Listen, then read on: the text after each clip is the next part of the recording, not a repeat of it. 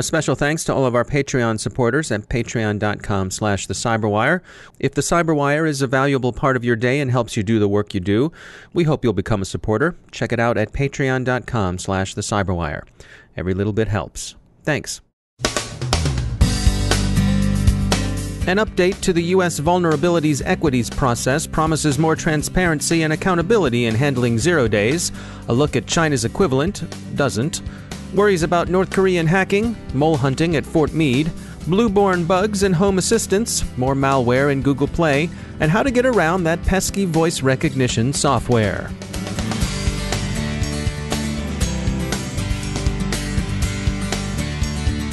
It's time to take a moment to tell you about our sponsor, Recorded Future.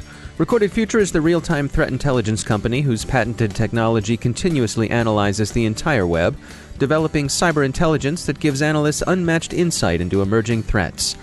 At the Cyberwire, we subscribe to and profit from Recorded Future's Cyber Daily. As anyone in the industry will tell you, when analytical talent is as scarce as it is today, every enterprise owes it to itself to look into any technology that makes your security teams more productive and your intelligence more comprehensive and timely. Because that's what you want, actionable intelligence.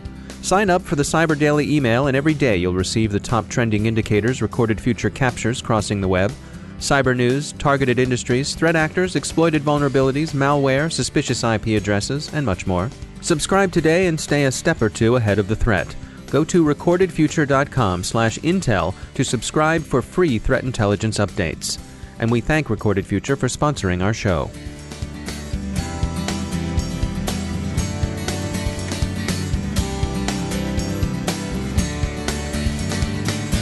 Major funding for the Cyberwire podcast is provided by Cylance. I'm Dave Bittner with your Cyberwire summary for Thursday, November 16, 2017. The U.S. released publicly revisions to the Vulnerabilities Equities Process, VEP, the policy that governs when and under what circumstances U.S. agencies will disclose 0 days they discover. This means the intelligence community, for the most part, especially NSA. The principal effects of yesterday's White House announcement, which has received generally positive reviews, are said by Cybersecurity Coordinator Rob Joyce to be greater transparency, more accountability, and better stakeholder representation in the process. A large number of agencies are represented in the process. The intelligence community members aren't surprising. They're generally thought to collect 0 days and develop them into tools, or produce countermeasures against foreign organizations that might do so. And these include the Office of the Director of National Intelligence, the Department of Justice, the FBI, the National Security Agency, U.S. Cyber Command, other Department of Defense agencies, and the Central Intelligence Agency. Other organizations represented in the process are less commonly thought of: the Office of Management and Budget, which represents the defense security interests of government systems, the Treasury Department, there for the banks, the Energy Department, looking out for the power grid, the Commerce Department, which is there to represent the private sector, including tech companies, the State Department, which keeps foreign interests in mind, and the Department of Homeland Security, not only for the security of the .gov domain, but for critical infrastructure generally. As noted, the response to the announcement has been generally positive, at least on the part of those one would expect to advocate for transparency and accountability. Both the Mozilla Foundation, which you'll associate with the Firefox browser, and the Center for Democracy and Technology's Freedom, Security, and Technology Project were favorably impressed. They appreciated the role of non-IC agencies and the promise of regular reports on the VEP. In fairness to the previous administration, Joyce's predecessor as Cyber Czar, Mitch Daniels, had always insisted publicly that whole-of-nation equities were represented in the process and that the default was disclosure. And Joyce, in his discussion, said that the announcement represented continuity as much as it did change, and that the U.S. government really hadn't been in the business of stockpiling 0 days. But what those who applauded the announcement, like the Center for Democracy and Technology, found appealing was the public, formal description of the process, which they regard as a significant advance in transparency and accountability. Past criticism of the VEP have come from two sides. Some, suspicious of the potential for government overreach, thought the process too closed and likely to be too biased in favor of surveillance operations.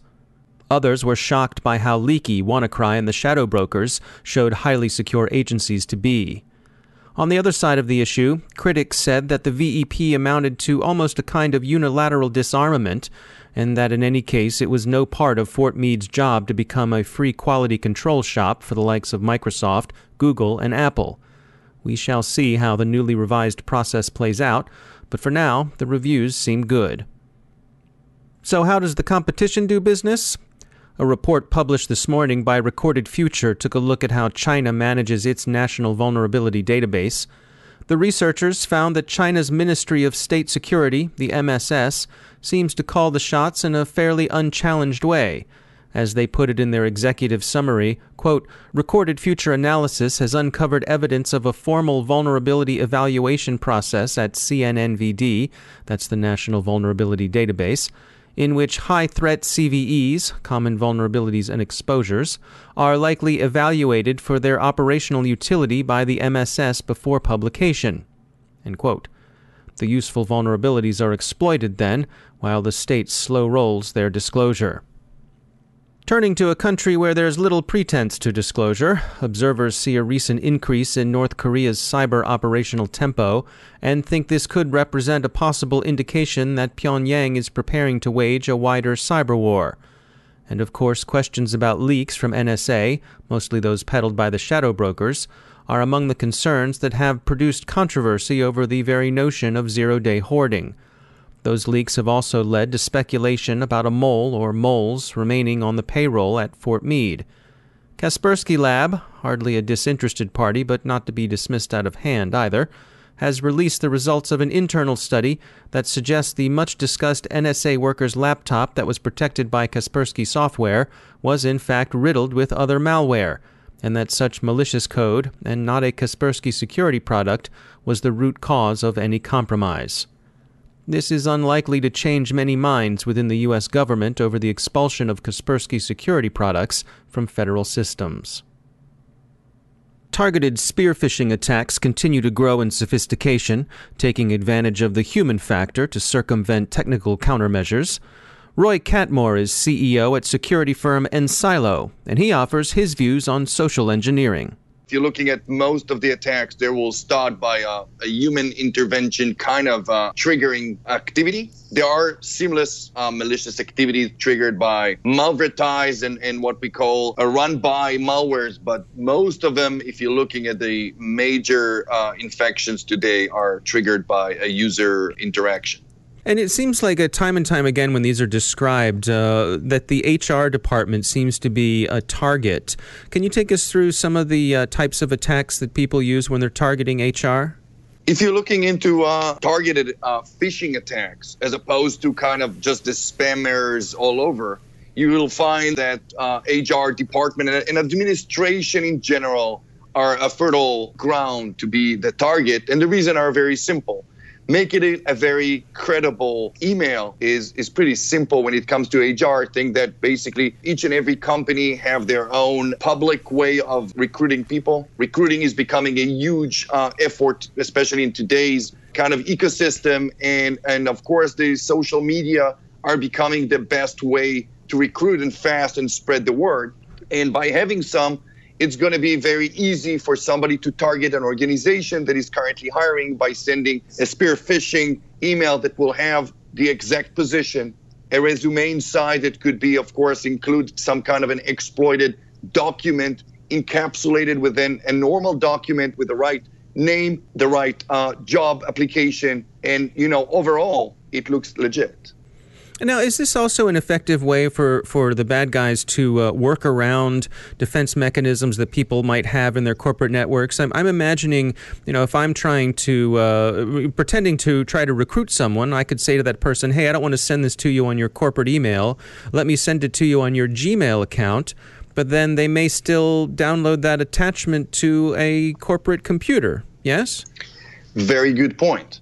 Now, think about that. Another point. So we mentioned why HR is such a nice target. So we said first, it's easy to sound credible, right? Mm. You got the name, you got the job, you got the entire relationship and social connections. That's a one. And the second is, of course, the confidentiality around searching for a job.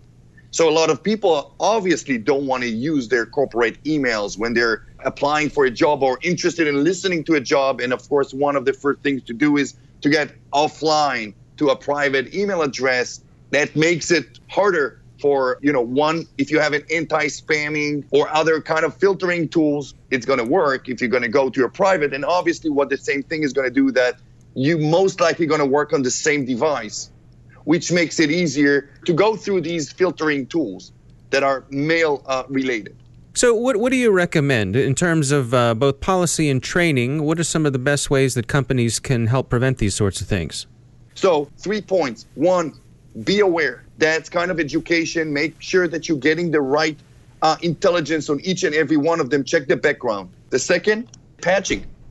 Keep your systems patched as much as you can. It may not help you on the first wave, being patient 0, but it will definitely help you on the patient 1 and second following waves that are going to come. And third, focus on the consequences. Where is your soft belly? What do you really need to protect against? Is it the infiltration? Is it them being in? Or the consequences, the data-related consequences that you need to prevent and protect in real time? That's Roy Katmor from Ensilo. Armis Labs reports that Amazon Echo and Google Home are both susceptible to the Bluetooth vulnerability reported earlier this fall as BlueBorne. Echo is vulnerable to remote code execution in the Linux kernel and to information disclosure in the SDP server. Google Home has information leakage issues via Android's Bluetooth implementation. This bug can also be exploited to induce a denial of service condition. Google's Play Store has seen a wave of malicious apps that have succeeded in bypassing the safeguards Mountain View has put in place to protect the store. Dr. Webb found a hidden browser that's used by hoods to goose their ad impressions. Malwarebytes discovered an SMS Trojan targeted only at users in Asia that subscribes them unwittingly and unwillingly to premium phone services. McAfee found over 140 applications infested with Grabos malware, which apparently serves a fraudulent pay-per-install app scam. Most of the apps infected by Grabos have been audio players or MP3 downloaders. And ESET has discovered some multi-stage evasive malware lurking in innocent-appearing apps. With all of these, the wall around the Play Store's walled garden is looking a lot like a chain-link fence. The snakes seem to be sliding right through. And finally, researchers at the University of Eastern Finland, which we think is close enough to the North Pole so that they should know a thing or two about how children sound when they talk to Santa Claus, report a way of defeating voice recognition software designed to keep known fraudsters from interacting with banks.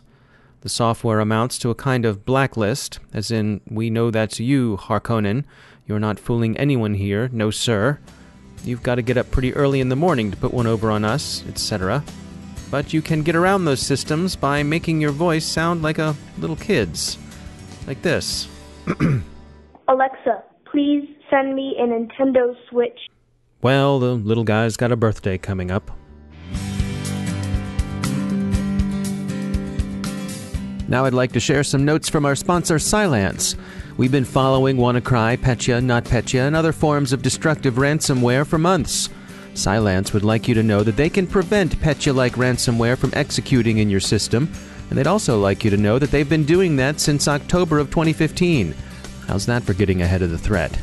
Their success against NotPetya demonstrates the benefit of their temporal predictive advantage. Cylance Predict stops both file and fileless malware. It runs silently in the background, and best of all, it doesn't suffer from the blind spots and legacy defenses that NotPetya exploited to such devastating effects. To learn more about Cylance Protect and how it can defend your enterprise, head on over to Cylance.com and find out how their AI-driven solution can predict and prevent the unknown unknowns from troubling you. And we thank Cylance for sponsoring our show.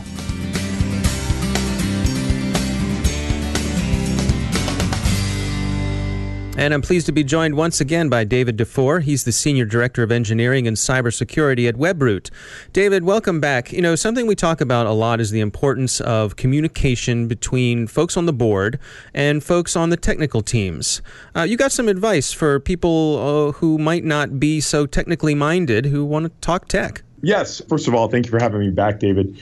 with Equifax having recently happened, you see a lot of times where boards or senior executives aren't as plugged in as they should be on what's going on in terms of cybersecurity and how to prevent it. And what I see a lot, I'm kind of in the middle there. I see a lot of times the security professional or the person they've hired to bring in is so technically focused, and they're going to walk into a company and say, I need $20 million to make us secure. And, the company just made $30 million in profit last year, so they're not about to spend $20 million of it on implementing a cybersecurity solution. So what I'm trying to help people understand and be aware of, and it's very common, very basic things, is you've got to identify a person inside of an organization that can help put messaging together that resonates both up to the executives, where there's potentially a plan on, we're going to need to spend 20 million, but if you give me 1 million, I can get us this far, which moves us towards our goal. And then also be able to communicate down to that person who comes up with these ideas that, hey, we've got to approach this in bite-sized chunks. What's the most effective way that we can tackle things early on to make the biggest splash to ensure we're driving towards our security goal? It's all about communicating. Well, isn't a large part of it as well about being able to put it in terms of risk? You have said a mouthful with that sentence. I spend a lot of time with small businesses, large enterprises. I'll be speaking to an MSP group, and they're like, well, we need to set up a SOC and we need to do analysis. And I say to them, if you are working with a customer as an MSP that supports a welder in central Oklahoma, they probably don't need a security operations center. What they probably need are solid backups and a good antivirus solution to protect their environment. And if there is an incident like ransomware, because they don't want to pay that ransom, all you got to do is restore from the backup.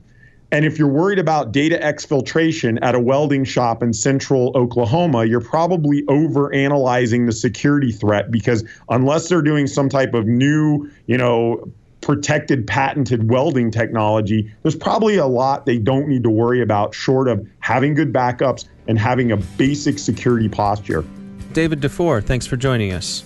Thank you, David. And that's the Cyberwire. Thanks to all of our sponsors for making the Cyberwire possible, especially to our sustaining sponsor, Cylance. To find out more about how Cylance can help protect you using artificial intelligence, head on over to Cylance.com. A reminder that I am also the host of the Recorded Future podcast. The subject over there is threat intelligence. There's lots of good information over there, so we hope you'll check it out. It's recordedfuture.com/podcast. The Cyberwire podcast is produced by Pratt Street Media. Our editor is John Petrick. Social media editor is Jennifer Iben. Technical editor is Chris Russell. Executive editor is Peter Kilpie. And I'm Dave Bittner. Thanks for listening.